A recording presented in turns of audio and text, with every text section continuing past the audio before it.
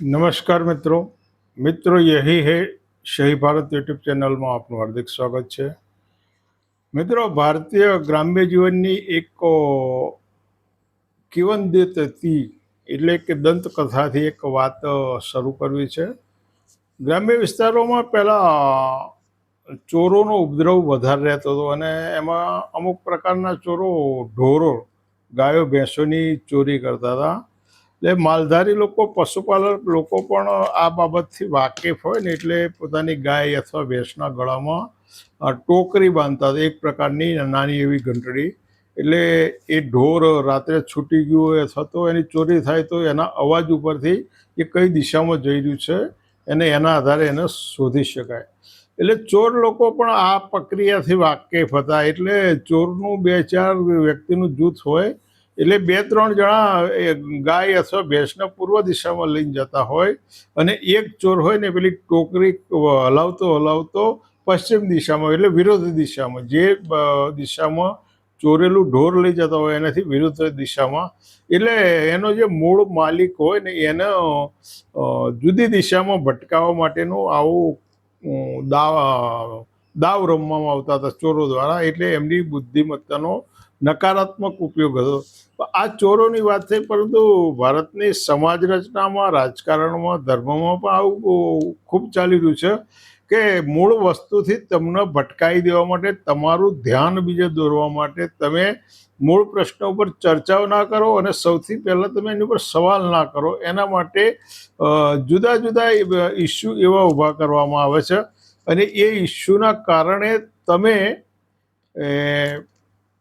ધ્યાન ભટકાવો, તમે બીજી દિશાઓમાં જાઓ અને તમારી જેવા એક કરતાં વધારે લોકો ભેગા થાય અને એક બુલંદ અવાજ ના બને એ માટેના પ્રયાસો હોય છે। એટલે ભારતમાં આજે દશા એવી છે કે મોંઘવારી, એક વખત મોંઘવારીની સામે જે લોકો આંદોલન કરી રહ્યા હતા એ લોકો હવે મોંઘવારીને કાયદેસર વધારી રહ્યા છે। અત્યારે જે સત્તા ઉપર બેઠેલા લોકો છે, શિક્ષણની વાતો કરનારા લોકો અત્યારે શિક્ષણનું અધપતન કરી રહ્યા છે અને હમણાં જે નીતિ આયોગનો રિપોર્ટ આવ્યો છે, આપણે એની જ વાત કરવાના છે કે એ નીતિ આયોગ એ પણ સરકારી એક તંત્ર છે, સરકારનો જ ભાગ છે। એણે જે વાસ્તવિક અરીસો બતાવ્યો છે એ સમજવા જેવો છે।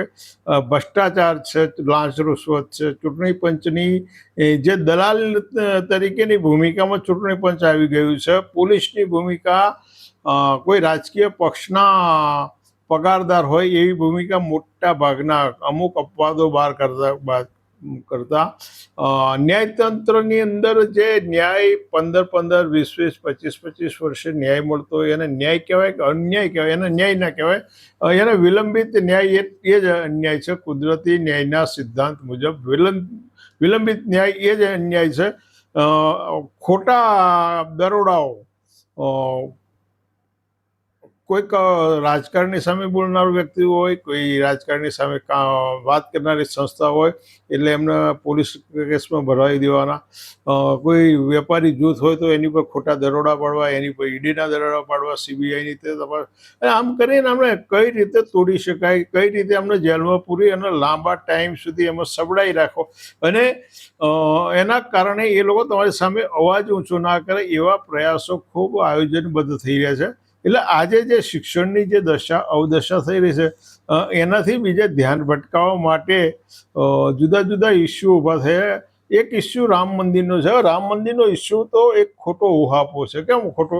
ચોર અને ચોકીદાર એક જ છે। જે લોકો ચોર છે એ ચોકીદાર છે અને ચોકીદાર છે એ જ ચોર છે। એટલે આ બધા જ લોકો એક થાળીમાં જમવાવાળા, આ બધા છે ને એક થાળીમાં જમવાવાળા છે। એ લોકો કાલે સમજી જવાના। જો એ જે અલગ હોત તો આ સરકારી ટ્રસ્ટ છે, એમની પસંદગીના માણસોને લેવામાં આવ્યા છે। ભારતની અંદર એટલા બધા ટેલેન્ટેડ લોકો હતા તો એ લોકોને જાતિના ધોરણે અને ધર્મના ધોરણે એમને અલગ કરવામાં, શેડ્યુલ ટ્રાઇબ્સમાંથી કેટલા લોકોને લેવામાં આવ્યા, શેડ્યુલ કાસ્ટમાંથી કેટલા અને ઓબીસીમાંથી કેટલા લોકો જેની વસ્તી ભારતની કુલ વસ્તીના 70-75% છે, એવા લોકો બેચાર નથી, અને જેની વસ્તી 2%-3% છે એ લોકોનું આ ટ્રસ્ટ ઉપર આધિપત્ય છે. એટલે આ તો આ બધા ચોર અને ચોકીદારો એ જ છે. પરંતુ તમે આ ઇસ્યુની અંદર ગળાબૂડ રહો, એની ચર્ચા કરતા રહો, એના વિડીયો સાંભળો, એના સોશિયલ મીડિયામાં એમની વાહ કરતા. તમે ગોદી મીડિયાની અંદર કેટલા તંત્રી લેખ રામ મંદિરની ચોરી વિશેના વાંચ્યા? ગોદી મીડિયાની અંદર કેટલા તંત્રી લેખ રામ મંદિરની અંદર ચોરી અને ચોરી માટે જવાબદાર પરિબળો અને એમાં ભારતીય જનતા પક્ષ અને રાષ્ટ્રીય સ્વયંસેવક સંઘની ભૂમિકા વિશે કેટલા પ્રિન્ટ મીડિયાએ લખ્યું. જ્વલ્ય ક્યાંક કોઈ થોડું થોડું લખ્યું છે. એટલે આપણે મૂળ વાત તો નીતિ આયોગનો જે તાજેતરનો જે અહેવાલ આવ્યો છે એની વાત કરવી છે. કારણ કે એ અહેવાલ પ્રમાણે 94,000 સરકારી શાળાઓ 10 વર્ષમાં બંધ કરવામાં આવી. કેમ? 94,000 સરકારી શાળાઓ 10 વર્ષમાં બંધ કરવામાં આવી. એટલે 10 વર્ષમાં 94,000 શાળાઓ બંધ કરી એટલે રોજની દૈનિક 25 શાળાઓ બંધ કરવામાં આવી. શા માટે? કેમ? બાળકો ઘટ્યા, પરદેશ જતા રહ્યા. શાળાઓ બંધ કરવા પાછળના ચોક્કસ વ્યાજબી કારણો હતા. જો શાળાની જરૂરિયાતો નહોતી તો આ 94,000 શાળાઓ શા માટે ખોલવામાં આવી હતી? 94,000 શાળાઓ ચલાવવા માટે શિક્ષકો રોકવામાં આવ્યા હતા, શિક્ષકોને પગાર આપવામાં આવ્યો હતો, એ શાળાઓ ઊભી કરવા માટે જમીન ખરીદવામાં આવી હતી, એની ઉપર બાંધકામ કરવામાં આવ્યું હતું, એની અંદર ફર્નિચર વસાવવામાં આવ્યું હતું. 94 શાળાઓની જરૂરિયાત હતી, અને આજથી 25 વર્ષ પહેલાં 94,000 શાળાઓની જરૂરિયાત હોય તો એ જરૂરિયાત આજે વધવી જોઈએ. 94ની જગ્યાએ 1,00,000 શાળાઓની જરૂર ઊભી થઈ. 94,000 શાળાઓ બંધ કરવામાં આવી છે. એટલે એની પાછળ નાપાક ઈરાદા હોય તો જ આવું બની શકે. કેમ? 94 શાળા બંધ થઈને એના કારણે શું થયું કે છેલ્લા કેટલાક સમયગાળાની અંદર 11 લાખ વિદ્યાર્થીઓ જે પ્રવેશ લીધો હતો એની સંખ્યા ઘટીને 10,13,000 એટલે 2,16,000 વિદ્યાર્થીઓ ઘટ્યા. 2,16,000 વિદ્યાર્થીઓ એટલે ભારતની વસ્તી તો ઘટતી રહી નથી, પ્રજનન દર ઘટી રહ્યો છે, વસ્તી નથી ઘટી રહી. આ પણ સમજવા જેવી વસ્તુ. પ્રજનન દર ઘટી રહ્યો છે, વસ્તી નથી ઘટી રહી. વસ્તી તો વધી રહી છે. એટલે એ પ્રમાણમાં બાળકોની સંખ્યા ભલે એનો વધવાનો આંક એની ટકાવારી એટલી બધી ના હોય પણ સંખ્યા તો વધી રહી છે. અને છતાંય 2,26,000 બાળકો ની પ્રવેશ પાત્ર બાળકોએ પ્રવેશના લીધો અથવા તો ઓછા થયા, એવું થયું. બરોબર. હવે આ જે શાળાઓની અંદર જે બાળકો ઘટ્યા એ કોના બાળકો ઘટ્યા? શ્રીમંત લોકોના બાળકો ઘટ્યા? ના, એમના બાળકો તો ના ઘટે ને. કેમ? કે જે લોકો મજૂરી કરે છે, જે લોકોએ કારખાનામાં જવાનું છે, રોડ રસ્તાના કામ કરે છે, એના બાળકો એવી શાળાઓ મૂકી શક્યા નથી, અને એના કારણે એમના બાળકોની આ સંખ્યા ઘટી છે. ખાનગી શાળાઓની વાત કરીએ તો 2023-24 થી 2025-26 દરમિયાન ખાનગી શાળાઓમાં 88 લાખ વિદ્યાર્થીઓ વધ્યા. આ સમજવા જેવું. ખાનગી શાળાઓની અંદર ખાલી 2 વર્ષ દરમિયાન 2023-24 થી 25-26ના સમયગાળા દરમિયાન 88 લાખ વિદ્યાર્થીઓ ખાનગી શાળામાં વધ્યા છે. અને એમાંય આ શાળાઓમાં જે બાળકોની સંખ્યા વધી છે ખાનગી શાળાઓમાં, તો એની અંદર જે લોકો કારખાનામાં મજૂરી કરે છે, ખેતરમાં મજૂરી કરે છે, રોડ રસ્તાની મજૂરી કરે છે, આદિવાસીઓના બાળકો છે, એ બાળકોની સંખ્યા વધી ના. કારણ કે ખાનગી શાળાઓની ફી એટલી બધી ઊંચી કરી દેવામાં આવી છે કે માલેતુજાર હોય, વેપારી હોય, ઉદ્યોગપતિ હોય, રાજકારણીઓ હોય અને ઉચ્ચ સરકારી અધિકારીઓ હોય, એમને કાળા ધોળા કરીને આવી ફી ભરવાનું પોસાઈ શકે. પરંતુ ગરીબ વર્ગનો જે મજૂર છે, ખેત મજૂર છે, કારખાનાનો મજૂર, અસંગઠિત ક્ષેત્રનો મજૂર છે, એના બાળકોને આ ફી ભરવાનું પોસાય એમ નથી. એટલે એને કાં તો બાળકોનો અભ્યાસ છોડી દેવો પડે, કાં તો એને સરકારી શાળામાં મૂકવો પડે. અને એના કારણે આવી સંખ્યા ખાનગી શાળાઓની અંદર સંખ્યા વધતી જાય છે. અને સરકારી શાળાઓમાં નીતિ આયોગનો રિપોર્ટ એવું કહે છે કે 98,592 શાળાઓ એવી છે કે જ્યાં આગળ વિદ્યાર્થીનીઓ માટે શૌચાલય નથી. 21,540 શાળાઓની અંદર ઉપયોગ કરી શકાય એવા ટોયલેટ નથી. ટોયલેટ છે પણ ઉપયોગ ના કરી શકાય, કારણ કે સરકારી શાળાઓની અંદર એના જે બાંધકામ હોય એ તો તમને બધાને ખબર છે, કારણ કે એ બધા કટકીના ધોરણે બંધાયેલા હોય. કેવા કટકીના ધોરણે ભારતની અંદર છેલ્લા 10-15 વર્ષ દરમિયાન ભ્રષ્ટાચારના ભારતના બંધારણમાં સુધારો કરી અને એના કોઈ વધારાનો અનુચ્છેદ ઉમેરી અને એને બંધારણીય દરજ્જો નથી આપ્યો, એટલું જ બાકી રહ્યું છે. એટલે કટકીનું જે ધોરણ હોય અને એના કારણે શૌચાલયો એકાદ વર્ષ એનું સ્ટ્રક્ચર ઊભું હોય ને પછી ઉપયોગમાં, એટલે 61,540 શૌચાલયો બિનઉપયોગી છે. 6 ખરા પણ બિનઉપયોગી છે. સૌથી ગંભીર બાબત એ છે કે 2014-15થી જે વિદ્યાર્થીઓ શાળાઓમાં પ્રવેશ પાત્ર હતા એની નોંધણી 2014-15માં 26 લાખ હતી. 2014-15માં 26,95,00,000 બાળકોની નોંધણી થઈ હતી. પણ એના 10 વર્ષ પછી 2024-25માં આ સંખ્યા ઘટી. એના 10 વર્ષ પછી આ સંખ્યા ઘટી. 14-15માં 26,95,00,000 હતી. એ 10 વર્ષ પછી 24-25ની અંદર 24,69,00,000 થઈ. એટલે આ સમજવા બહુ ગંભીર બાબત છે કે આટલી સંખ્યા કેમ ઘટી. આ બાબત ખૂબ વિચારવા જેવી છે, કારણ કે આ બધી શાળાઓની, સરકારી શાળાઓની અંદર ઘણી શાળાઓ એવી છે કે 1,19,000 શાળાઓમાં વીજળીની વ્યવસ્થા નથી.